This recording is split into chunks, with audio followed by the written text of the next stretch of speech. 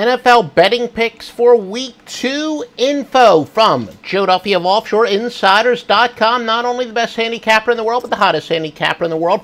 36-16 in football. If you're a first-year client, you're having the best year of your gambling life, but we're not having the best year of our gambling life. Not even close. A lot more winners to come. Only wise guy play yesterday was on Virginia Tech. They won in a massive rout.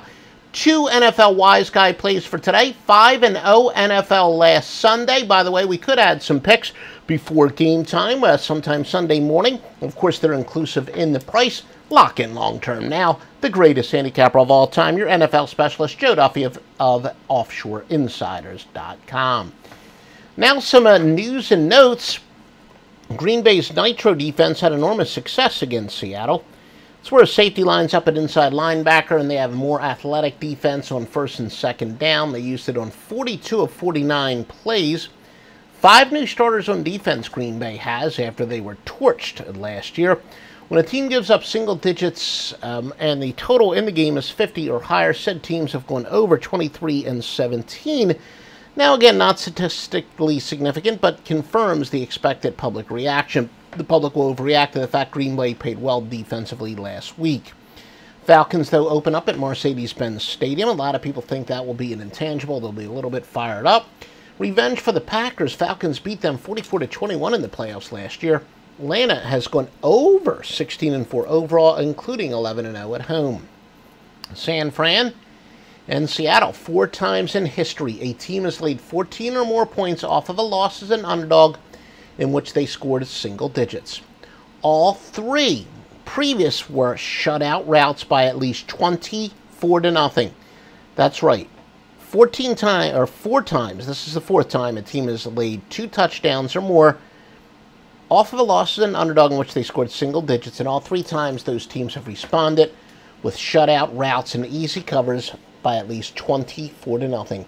September, though, historically Russell Wilson's worst month, a 90.4 passer rating. Compare that to November, 106.9, and December, January of 103.5.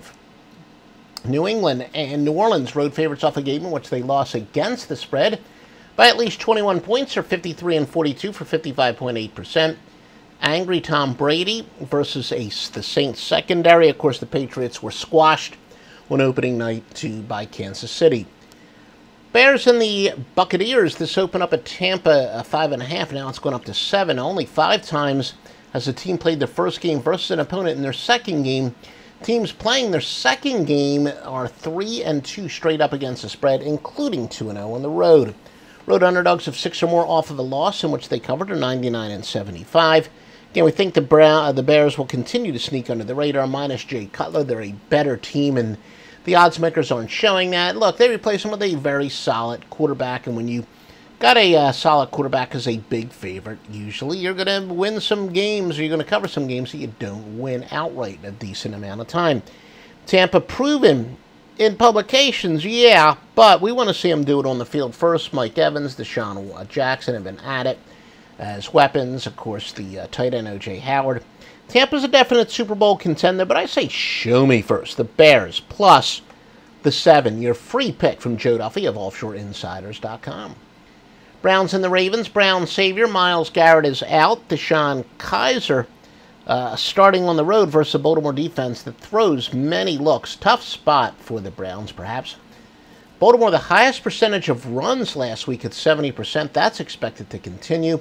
Cleveland held Pittsburgh to only 35 yards rushing last week.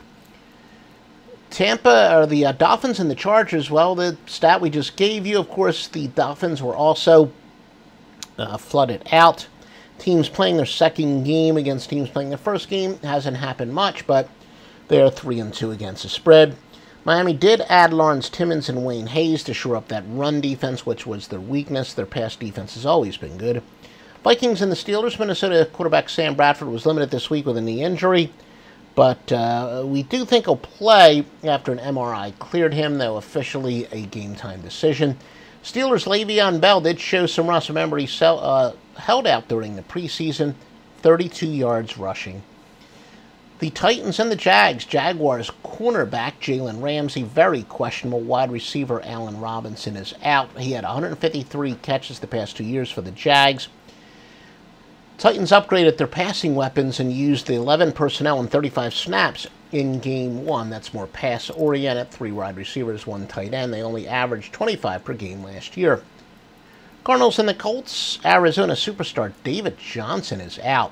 Rushed for 1,239 yards last year and had 80 receptions for 879 yards. Colts are still without quarterback Andrew Luck, of course. Jacoby Brissett will get the start.